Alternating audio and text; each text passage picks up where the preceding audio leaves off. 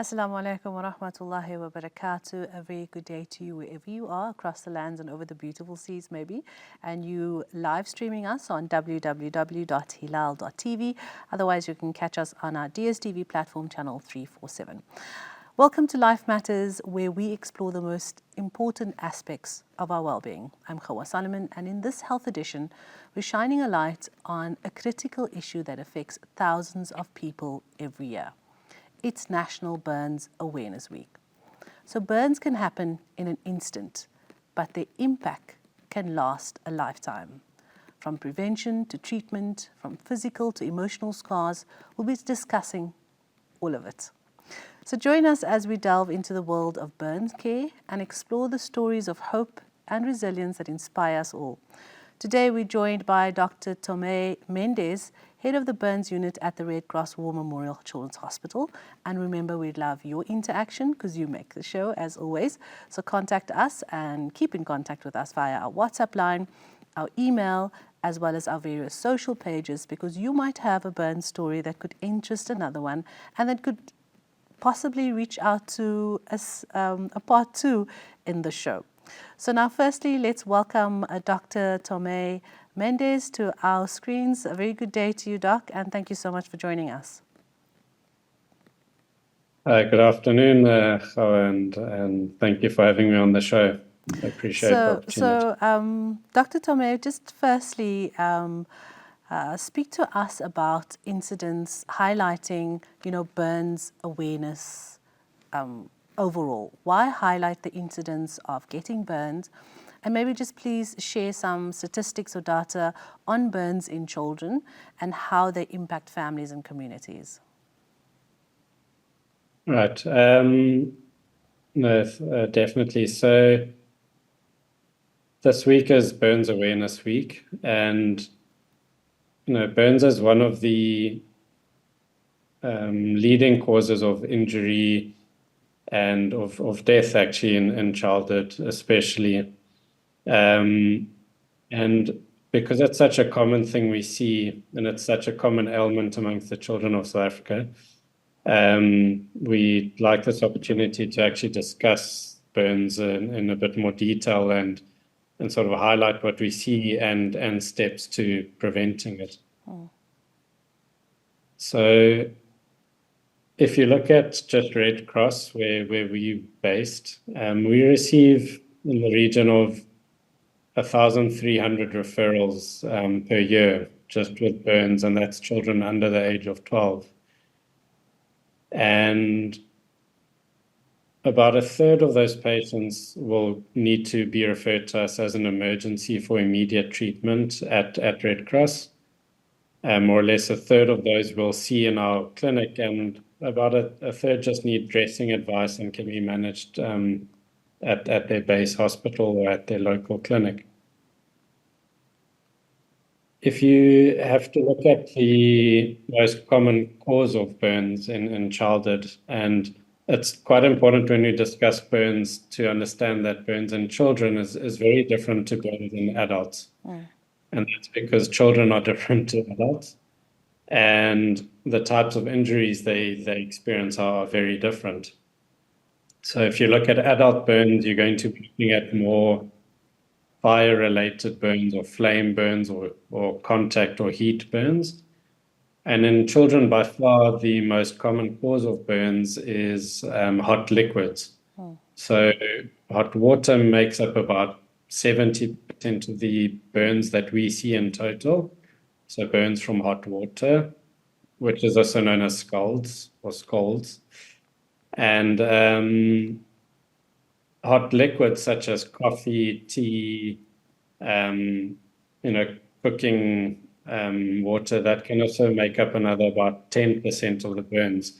So in total, we see about 80% of our burns are from liquids, hot liquids, and then the rest is made up of burns from fire or from electricity or chemical burns. And I think it's important to point out that a lot of these burns that we see happen within the household. And we feel in general that a lot of these burns are potentially preventable, and I know we'll be discussing that a bit later. Yeah. You mentioned that a burn happens within moments. It's a very quick thing to happen, but the recovery and impact of a burn is long lasting. So by far the most important emphasis of burns, although we at Red Cross now are focusing on their treatment, but by far the most important thing is the prevention of the burns, and which we'll touch on later. So, Dr. Mendes, you've mentioned the most common types of burns that the biggest hospital in Africa, Children's Hospital in Africa, deals with on a daily basis. How are these burns treated, and specifically in children? How are they treated? So the treatment of a burn depends quite a lot on two things. The first thing is how deep is the burn? And that's traditionally described as in society a lot as first, second, and third degree burns, which is what most people are familiar with that terminology. And in hospitals, we'll use slightly different terminologies, but the concepts are the same. That the most superficial burns, which is your first degree or superficial thickness burns, those burn wounds tend to heal on their own without any intervention other than just simple dressings being required. And then as the burn becomes deeper, the chance of that healing on its own gets less and less. So the deeper the burn, the higher the chance that someone is going to need an operation or something to help the wounds heal. So the first thing we do when we manage a burn is we assess the depth of the wounds, and that helps guide what sort of treatment someone is going to need. And the second thing is going to be how large the burn is. If it's we use a percentage description. So if it's a 1% burn, that has a good chance of healing on its own, especially if it's superficial. But the larger the burn, the higher the likelihood that someone needs either to be in hospital for a drip or additional support, or they might need an operation, and that their rehabilitation process is going to be much, much longer. In terms of how we specifically treat burns, I think it's most important thing to understand is that you need a big team supporting you to treat burns. You need nursing staff that is experienced and understands burns. You need a rehabilitation team of physiotherapists, OTs, and everyone who really cares about their work and about burn care. And you need a setup that really supports you in terms of burns care. And without that, it is quite difficult. Because you really need a large team to manage a burn appropriately, especially a larger burn. Dr. Mendes, what would you say are some of the challenges in treating burns in children, and how do you guys address them? Because it's the team that you work with rather. How do they culminate? How do they look at the problem? In a team, as a team. So I think children in general are more vulnerable of major injuries. So that already adds a bit to the challenge. The younger the child, essentially the thinner their skin is, you can say, and the easier they will burn. So if you're an adult and you have a splash of hot water, it might burn a certain portion, but it won't go as deep. But if you're a child or an infant, that same water will cause much larger injuries as well as much deeper injuries. So we know that in children, a lot of the wounds and injuries we see are quite significant. I think the other difficult thing in children is obviously their psychosocial well-being is crucial. And children are a vulnerable population group. Often, it's an honest mistake that happens at home, or the children were just exploring it happens, and now they're going through this traumatic healing process. And the development of anxiety, because often the children don't understand exactly what's happening to them and why we're doing certain things, and that makes it a lot trickier. We then rely quite a bit on the parents, and a burn is as traumatic for the child or the patient as it is for the parents. And often parents have to be a part of the treatment team, or at least the caregiver must be a part of the treatment team. And if they're anxious or uncertain, then that translates over to the child. So you essentially have to treat both elements of the aspect, the caregiver and the patient. And I just think in general, treating children is a bit more traumatic or emotive. It stirs up different emotions in the team. And if you don't have the right support structure around you, whether it's at home, your family, friends, and then at work, your colleagues, and if that overall network isn't there, then you really struggle with treating pediatric burns. We also know that the injuries are potentially lifelong in terms of the scars, and you really want to prevent that from complicating as much as you can. Something that happens in seconds and has a lifetime of a recovery, possibly physiotherapy, OT, even a social worker. Yeah. We have a specialist surgeon online with us, Dr. Tome Mendes, head of the burns unit at the Red Cross War Memorial Children's Hospital. We'll chat more on burns. We'll chat more on burns awareness and how important it is to prevent it before it actually happens. More just after the short break. Stay with us.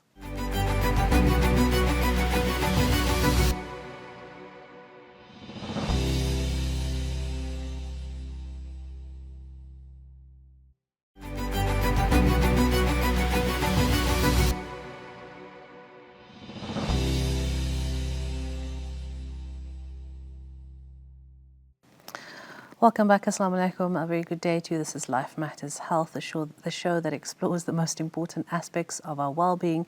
And today we're specifically looking at burns, fire, scalding, whatever. And we've just heard that it could even happen, not just with direct fire, but it also can happen with boiling water, hot water, the bath. There can be radiation burns, electric burns. There is a list, and we're chatting to head of the burn unit, a specialist surgeon working at the Red Cross War Memorial Children's Hospital.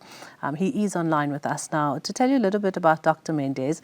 After completing his medical studies at UCT, he underwent internship and community service at the Mitchells Plain and Kimberley hospitals before returning back to UCT, and he completed his specialization in general surgery, and he's now based at the Red Cross Children's War Memorial Hospital and has a special interest in burns, specifically in pediatric surgery. So welcome back, Dr. Mendes. I want to look at if there are possibly latest advancements in burn care and treatment, and how are they being implemented at Red Cross Children's Hospital?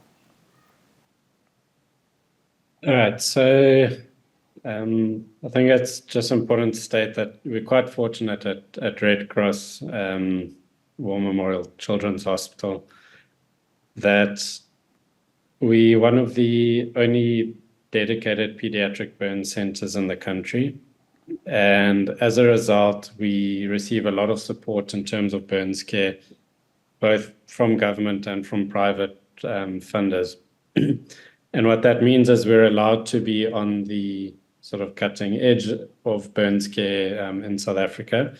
And we receive referrals from the entire Western Cape and sometimes from outside of the province where cases need slightly more advanced burns care.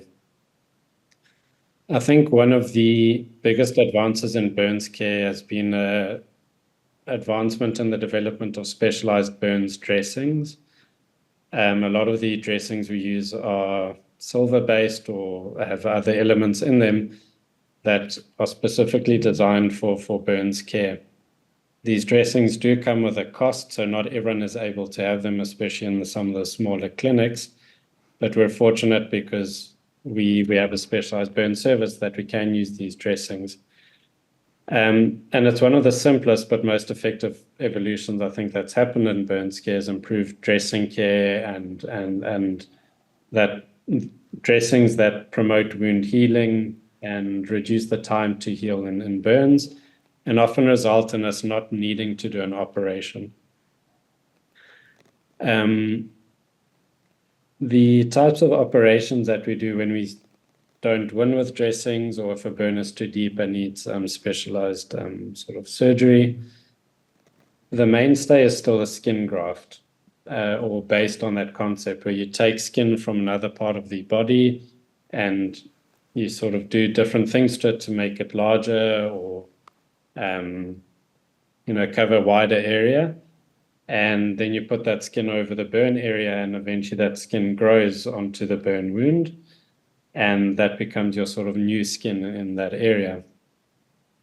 We have different techniques available to us at Red Cross, where we can sort of stretch that skin out to cover much wider areas than some of the other centers.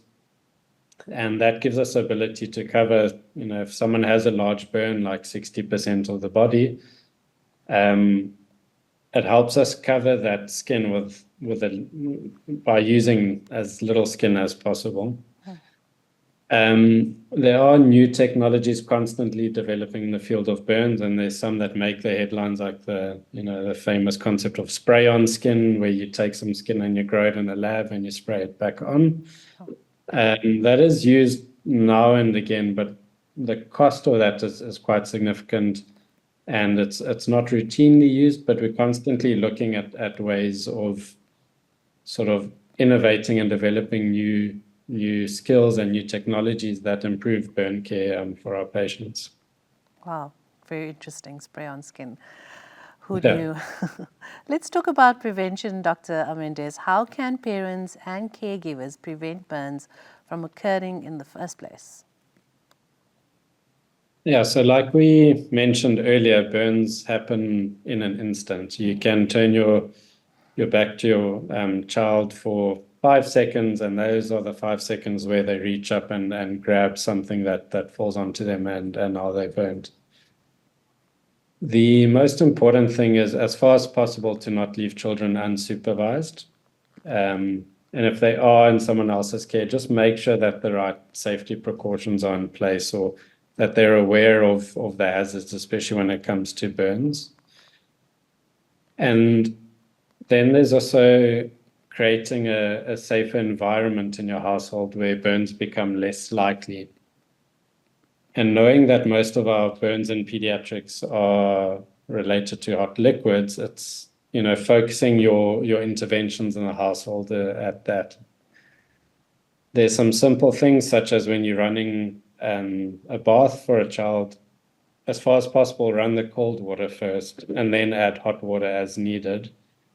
Whereas if you have a bath full of hot water that you still need to cool down before the child joins, the chance of them slipping in or curiously putting their hand in because they want to get in the bath, that just increases the risk of that. And then one of the sort of most common mechanisms we also see is someone pulling a kettle onto themselves. And that's often because the cord of the kettle is dangling over the counter where the children can reach. They pull on the cord, or they're trying to climb up onto the counter or onto the table where the kettle is, and then that kettle falls over onto the child. And just being aware of these risks and trying to make your home as safe for the child as possible.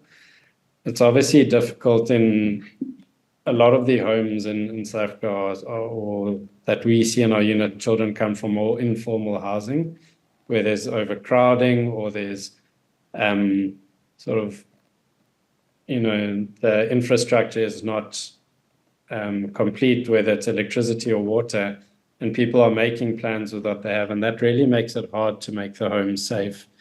But I think the most important thing is being aware of how children burn and how that changes in the age group. Once a child starts to crawl, suddenly their risk goes up, or once they're grabbing up at counters, and adjusting your home to make it safe for your child as far as possible. So I know you've mentioned some of the preventative methods at home, but how can parents and caregivers, once again, when at home, deal with I don't know, first degree type burn or scald as a first aid not preventative, rather, as a first aid. What do Treatment. you do? What's the first thing you do when you do get a burn or scald at home? So it's an important thing to understand. So a burn happens because you have a high energy or high heat transferred onto the skin of the patient. And your first aid is going to be reducing the amount of heat on the wound. Okay.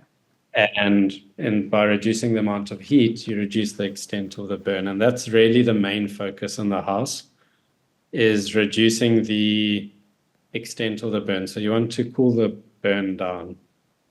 There are many commercial products out there which aim to address this as a burns first aid dressing, which aim to cool the wound down. But the most simple and generally most effective mechanism is just running the wound or the area under running water if that's available, or even just still cool tap water.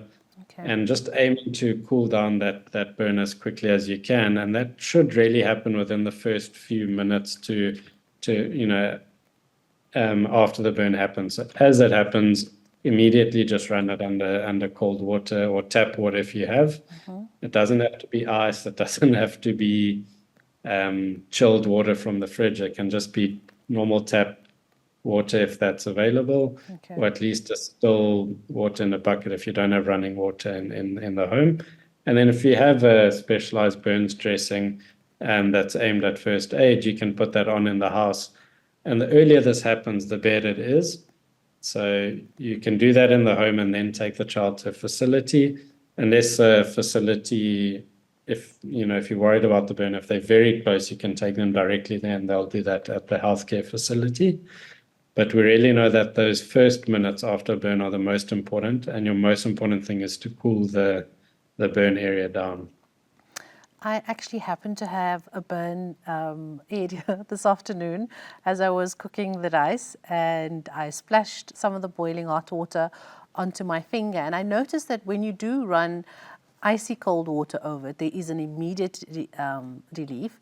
I haven't tried the normal tap water, but just coming back to the burn a little bit later on, maybe an hour later, there's a sensitivity to anything warm. So I touched not hot water, but cooled water or a warm cloth afterwards, and it does become, that area does actually feel sensitive and burn a little bit as well. What can one do after the fact that you have been burned and you have cooled the area and you've taken care of it as well? Yeah, so again, it depends on sort of the extent of the burn, but when a burn happens, you have damage to the tissues where the burn is, and that might involve damage to the skin. And the more superficial burns are actually the most painful because your nerves can still feel it. Your nerves haven't been damaged yet. And often you'll have this constant irritation over the burn area and this ongoing pain or sensitivity. And that's because your body's sort of reacting to the burn wound and you're having a response at that area. In terms of what you can do for it, you can treat the pain with simple pain medication, sort of tablets or whatever you have available. And if you're worried about the burn or you think it might be deeper, or if there's any blistering, or if it's an open wound where the skin's actually come off, most of those burns should be formally seen at either at a clinic or at a hospital, where they need to look at the burn properly, wash it, and really assess how deep it is and does it need specialized treatment or not. And then they will decide on the best dressing options and put that on. Okay. After the short break, Dr. Mendes, We'll touch on the importance of proper wound care and looking after that burn. And we have looked at prevention, but prevention in burn treatments. Do stay with us. We'd love to hear from you as always as you make the show. Tell us your burn story or how you treated burns. And we'll talk about myths and misconceptions around burns and scald as well. But do stay with us. Back in a moment.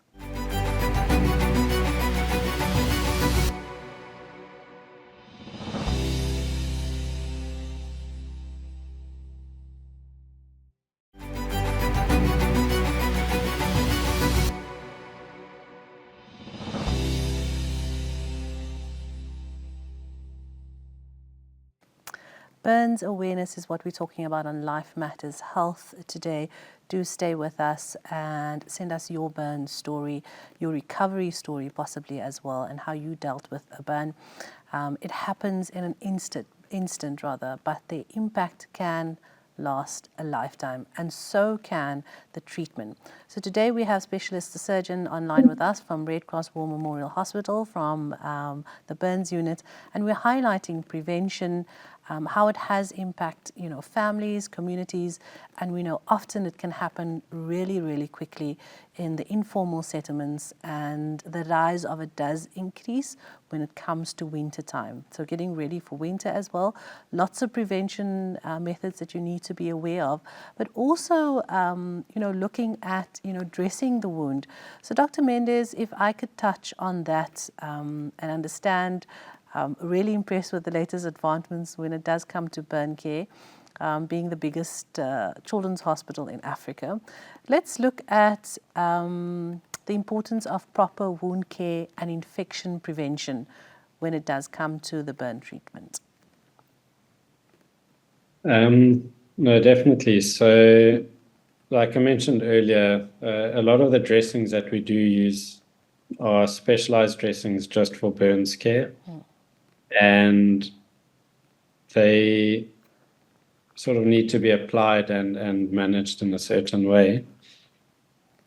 One of the biggest risks of wounds in general, and especially in burns wounds, is the development of infection on a wound. And what that leads to is sort of delays in healing. And you might have wounds that might have healed on their own, but if they become infected, then they don't heal sufficiently, and you might have to do an operation. And, in a worst case scenario, these wounds can actually make the child sick, and that infection can sort of spread and make them incredibly sick, especially in the first sort of days after a burn wound. So a lot of the focus is around preventing infection. The way we do that is, I mentioned, using these specific dressings, which have some protective barrier on them, which helps to prevent the wounds from developing infection or becoming colonized with an infection. What's important is if a dressing is designed to be on for 5 days, it means that that acts over 5 days, and you can leave it on for 5 days. If a dressing is designed to be on for 1 day or changed every 2 days, if you leave those dressings on longer, then you risk developing infection as well. And, in terms of overall hygiene, if you see that the dressings are becoming soiled or they're blood-stained or they don't look good, even if a dressing was meant to stay on for 5 days, you can see that something's not right, or it's smelling bad, or the child's unwell, developing a fever, and that would mean that you have to go a bit earlier and have the dressings changed. So I think if you're managing a burns wound, or if you've had a wound and you've got a dressing yourself, just keep a close eye on it, try keep it as clean as possible, and just follow the instructions of the facility that put it on. If they say change it tomorrow, don't wait a week and go back after a week and then be surprised if there's a complication. And if they say try leave it on for a week, then that's really, try keep those dressings as clean as you can. And in the meantime, just watch for anything concerning, like I mentioned earlier, fever or in children, they often don't want to eat, or they develop diarrhea or a skin rash, or just something that's worrying you. And if that develops, take them as soon as possible to a healthcare facility where they can be properly assessed. The other element is just to attend the follow-ups that have been allocated to you, whether it's for wound care, or with the rehabilitation team. If it's a whole package of care that you need to follow, and if you start cutting corners or skip appointments, obviously the risk of complications goes up as well. We spoke earlier on, about the treatment and how a group of medical professionals actually gets involved. So let's explore the role of rehabilitation, physiotherapy, OT in helping children recover from these burns. Yeah, so I think when you mention burns to someone, one of their biggest concerns is what kind of scarring am I going to have? And that's also one of our biggest concerns, obviously. And more than the physical appearance of the scar, we know that scars also change the way a hand or a limb will function, because it can sort of distort the tissues and limit the function of that limb. So we don't only want to heal wounds, we want to create as much function as possible. And that's where our colleagues in the rehabilitation side, the physiotherapies, the OTs, they really play the most important role in terms of preventing the long-term complications of burns. Our physiotherapists will get people up out of bed and moving as much as they need to, even when the patient doesn't want to, because they're in pain or they're in discomfort and they don't really want to get out of bed, but they really make that process start as soon as possible to prevent complications. And our occupational therapists play a very large role in the long-term scar management, especially when it comes to our hand burns. And that's such a crucial part to the function of the patient, is how well their hands function. So even once your wound is healed, your treatment hasn't ended, because you've got a long-term course of treatment from the rehabilitation team to make sure that you don't develop complications. And then if you have developed complications, that's when our colleagues in the plastic surgery division play a crucial role in managing the scars that have limited the function of a limb and trying to release what's called a contracture, or trying to see what they can do a year or two down the line to improve the function of that patient. So it really needs everyone to be involved to prevent long-term complications.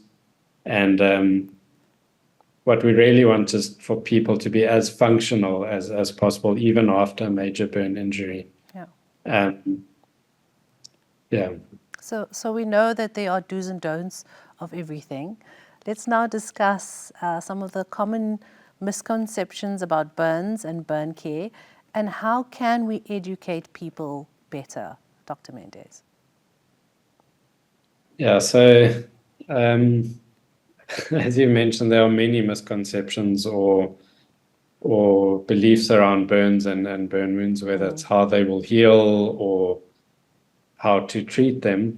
And a lot of these are well-intentioned, so I wouldn't say that people are maliciously spreading rumors, but there are many misconceptions out there. The first ones are around first aid. And we know that we've all heard people say you must put butter or toothpaste or some other concoction of ointments on the burn wound. And like I mentioned earlier, the simplest thing and somehow the most effective thing is just simple water. So we try steer away from using any of these other things on burn wounds, especially in the initial setting. Although some of them do have some foundation and can actually help with a burn wound, many of the misconceptions out there either won't help the burn wound or might even cause harm. So if you add a harmful chemical onto a burn wound, you might actually make the burn wound worse or make the pain for the patient worse. So just keep the first aid simple as possible and try steer away from any of the sort of alternative options out there. And then in terms of burns treatment, there's a lot of theories in terms of you shouldn't pop the blisters or you should leave the blisters on. And should you have your wound drying out or should you keep it moist? And that's really a discussion you need to have with the treating team. We generally remove all blisters from the wounds at Red Cross, but that's because we have the specialized dressings that we want to go straight onto the burn wounds so that they get the most benefit. Okay. And that discussion is something you need to have with your healthcare provider. Bring up, if you have questions, bring it up. We'd rather you discuss it when you're in the room with us and we can address it. We shouldn't dismiss you. We should listen to what your theories are. And some of them, like I said, have foundation, like, aloe gels and certain things. And honey has been shown to actually be quite useful in the treatment of burns. Okay. But others are harmful, and would rather you tell us so that we can discuss this than to use them in private at home without telling us. And we can't figure out why things aren't delving the way we thought. Yeah, so be honest and clear with your health professional. Yeah. You've mentioned earlier the emotional impacts. Let's delve into that. What are the emotional and psychological impacts of burns on children and their families? And how do you at the hospital support them? And are there any support systems that can help in the community as well? So the impact on the child is obvious, and it also depends on the age of the child. So we know that the older child is much more aware of what's happening, of their appearance, how they're going to look when they go back to school. And they're at risk of developing a lot of anxiety around their appearance and the scars and how they'll reintegrate back into their schools. And across the spectrum, the pain also develops a lot of, children develop a lot of anxiety towards the pain that they experience during burns. So as far as possible, we try to manage their pain in the burn with the right pain medication. We try to manage the anxiety either through medication if it's required, and then there's a lot of other interventions. So if you have play therapy available, you try to create an environment that promotes the well-being of the child and promotes healing and distracts them from the burn injury. And in a way, we're fortunate that we have a dedicated burns ward. So everyone there has had a burn. And some of the children are running around and sort of encouraging the other children that they can still get up and move around. And then the big part of it is also addressing the psychological well-being of the family or of the caregiver. There's often feelings of guilt or anxiety around the burn, and we put a lot of emphasis on that as well. We would like to have a stronger psychology network where everyone can have some post-traumatic counseling. And the nursing team is incredible on the ward. They support the mothers or the caregivers through all of that and try to give advice and support as far as they can. And then for the medical team, it can also be quite straining and constantly managing burns. And like I mentioned earlier, that's where having a network around you makes a big difference. And seeing the patients that you've gotten through, despite how bad their burns were when they arrived, sort of remembering that there is an end point. And I often say this to the patients, it looks horrible now, it's stressful, it's painful, but just hang in there. A few weeks down the line, we should have you running around and hopefully as back to normal as you can be. And just remembering that there is an end point. Yeah. Burns happens, and once it happens, it's there. Yeah. And the next step is actually taking care of it. So it happens to anyone and everyone, even the little ones, sadly. But with the right care and support, survivors can thrive. And we continue this conversation with the specialist surgeon, Dr. Mendes, out at the Red Cross Children's War Memorial Hospital in the Western Cape. Do remember to connect with us via our social media pages, because it'll be very interesting to know your burns story, but more just after the short break. Stay with us.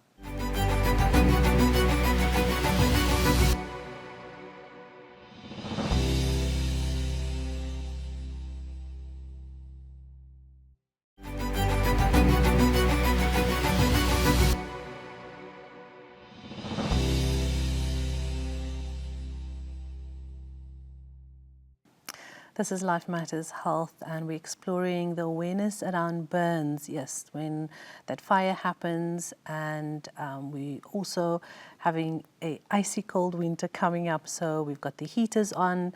We've got sometimes even the air conditioner can just blow and cause an accident. Accidents happen really quickly, and so does burns. We have a specialist surgeon who has a keen interest in burns and pediatric surgery, and that's why he's based out at the burns unit at the Red Cross War Memorial Children's Hospital out in the Western Cape, the biggest children's hospital in Africa. So Dr. Mendes, thank you so much for the show thus far, informing us from some of the preventative methods to the advancements that's happening at the Red Cross Hospital. And something that stood out for me was how the emotional impact does affect the children especially, and the interaction with other burns children that helps the others then recover and thrive. So what are some of the success stories or inspiring cases you've seen at Red Cross in the burns units? So I think, there's actually too many to recount, and I've only been here since November.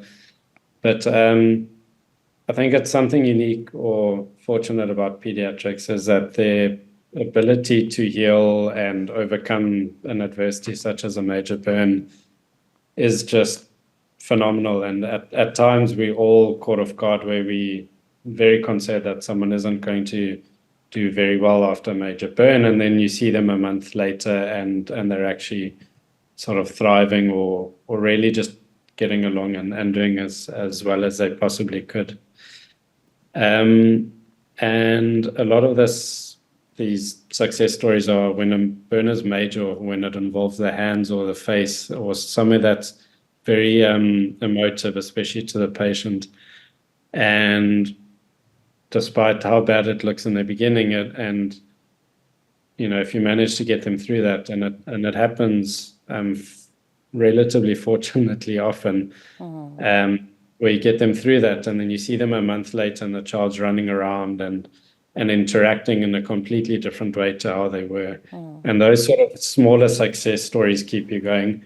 And then obviously there's the bigger success stories where there was a burn, that's been in the ward for months and months, and you've developed a relationship with that child, and then you eventually see them leave the facility or getting better.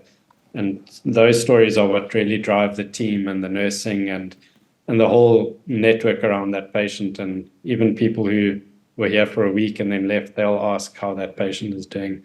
So there's so many of these stories that just keep your motivation and keep you going, that those are the ones that really stand out. Yeah. And we know that this being, specialized units in Cape Town, there's probably many parents that has to travel quite far and stay over at the Red Cross hospital, the facility there to house them. How can people get involved and support these parents? And we're not just talking financially, but like if you can, yes, that's great. But emotionally as well, whether you sit with that mom because all she does, I've heard a story of a dad as well, whose partner, the mother, was traveling, and he had to be at the hospital every night because an accident occurred, and he had to stay over with his son at the hospital, and still go back to work, during the day, maybe take off here and there. So how can we support those parents, that has to travel far, that possibly is not available, but also be there for the child as well as the extended family? Yeah, so, when we're in the hospital, we see the patient in front of us and the caregiver, and we often feel, we're a bit detached from what's happening at home. So we always want the caregiver with a child, because the benefit of having a caregiver with a child to that child is just, it's worlds apart when a child has their caregiver with them, how they interact and their recovery. And we recognize that at home, that often means that a parent has had to leave home to be with us. And they're relying on neighbors, uncles, aunts, cousins, anyone who can to help them keep their household running while their child is in hospital. And it's not just days. Often a burn wound, it takes weeks to heal. And sometimes parents will be in the ward for weeks on end. And they really need that support at home so that they can focus on the child in the hospital. So that's one way. Is if someone in your community has a child that's currently admitted and they're in and out, just give them a helping hand where you can. Take them an extra meal, sort of offer to just sit in and look after their children that are at the home, or whatever you can do, just try support those families when they've had someone in their family that's been burnt or is in hospital. You've got that sleepover facility, especially when parents are from far, and that's been developed over years of partnership between the hospital and the Children's Hospital Trust and multiple donors who made that possible so that parents could actually sleep in the hospital with their children, which is something we're very grateful for. And then if people do want to support financially, or they find that it's really something that they're passionate about, the Children's Hospital Trust works very closely with the Red Cross Hospital, and they do all of our fundraising and make sure that funds that are donated go to projects that are approved and make sure that it gets spent wisely. And even if it's not a financial donation, if someone wants to donate their time or they want to donate a service or just get involved, the Children's Hospital Trust would be one of the most important people to get hold of, and they will direct you in the right direction of where you can get involved. And our other arm is the child safety or preventative arm, which we work a lot with an organization called Child Safe here at Red Cross. And they aim to really promote the prevention strategies. And that's another way that people can get involved, is contact Child Safe, look at their things and see if there's a way that you can get involved to help in burns. And once someone is out in the community, you can contribute just by supporting a burns patient. If you see that someone has had a major burn and they're back out, try support them, try integrate them back into society. They're going through many things in their head, how they look, how they function. And if they go into a community that welcomes them back and really gets them back into society, that's probably the biggest contribution we can ask for, is that people sort of, once someone leaves the hospital, that they're welcome back in the communities and really brought back into the fold again. So there's many ways you can help with a burns patient, not just financial, and all of them make a huge difference to the outcome of our patients. I'm sure as head of the burns unit, you have a team that supports you and that you have to support them. And just last week we did the importance of nurses in our society, them being one of them. Anyone you'd like to mention specifically? Dr. Mendes.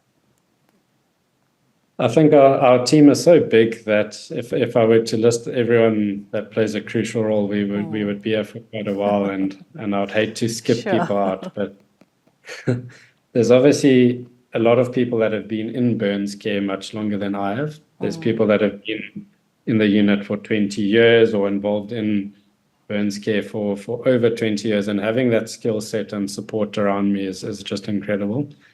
And, each and everyone from the clerks, the cleaners, the senior nursing staff, the clinic team, it's incredible to work as such a big team that is so driven and dedicated to ensuring the best outcome for pediatric burns in our area. Yeah. So I'm extremely grateful to each and every one of them that plays their part. And without them, it would be a much, much harder job. Thank you, Dr. Mendes, for your time and also for your expert advice. Any websites or catalogs or books that people can keep in their homes to help them, educate them better on burns? I think, if you're looking at prevention, I'd look at the Child Safe website. They've got some very good resources and material around burns care. Okay. And if you want to know more about how to treat burns, I don't have any websites off the top of my head, but in terms of basic first aid, there are multiple courses anyone can do, or just online references where you can just read up a bit on it. But none specifically that jump to my head that I can send people to. No, but I think, just doing a first aid course does involve, knowing and how to deal with a burn. But thank you and again. Just showing an interest in it. Yes, definitely. That's the first Definitely. And keeping the conversations open, because we might have a helper at home working for us that, or even the gardener or whoever, talk to them, keep that conversation open. Let's spread the word. We might be safe at home, but are our helpers and our workers, practicing the same in their home? So definitely, as much as us watching this show, please spread the message as well to those around you that actually need it at this time. Thank you so much, Dr. Mendes. To you and your team, all the best. And keep on giving the great care that you do to the burns patients. We appreciate it. Thank you very much for giving us this chance to speak a bit more about burns, and yeah, we appreciate it. Thank you, no problem. And we need to talk about it and continue talking about it. Your sister, your brother, your neighbor, find out if they've got,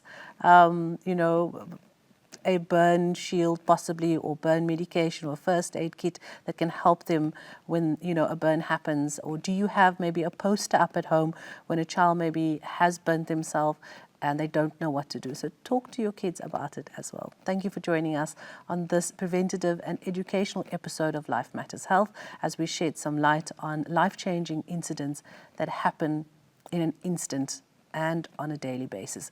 National Burns Awareness, and we hope this has enlightened you and found the conversation informative and inspiring. Remember, burns can happen to anyone, but with the right care and support, survivors can thrive. Let's continue to raise awareness and support those affected by burns, as well as helping to prevent it, and educate yourself. Always remember that scars tell a story of a survivor, and every burn survivor is testament to a resilience and strength. Join us next time on Life Matters Health, where we continue in our Women's Health Wellness series and speak to Dr. Fauzia Hai, who runs a female wellness center in KZN, and she'll be enlightening us on hypertension in women and pregnancy, PCOS, a very common condition, and what the hype is around IV nutrient drip therapy. What's that all about? In the next show of Life Matters. Until then, stay healthy and remember that your life matters. Wassalamu alaikum and goodbye.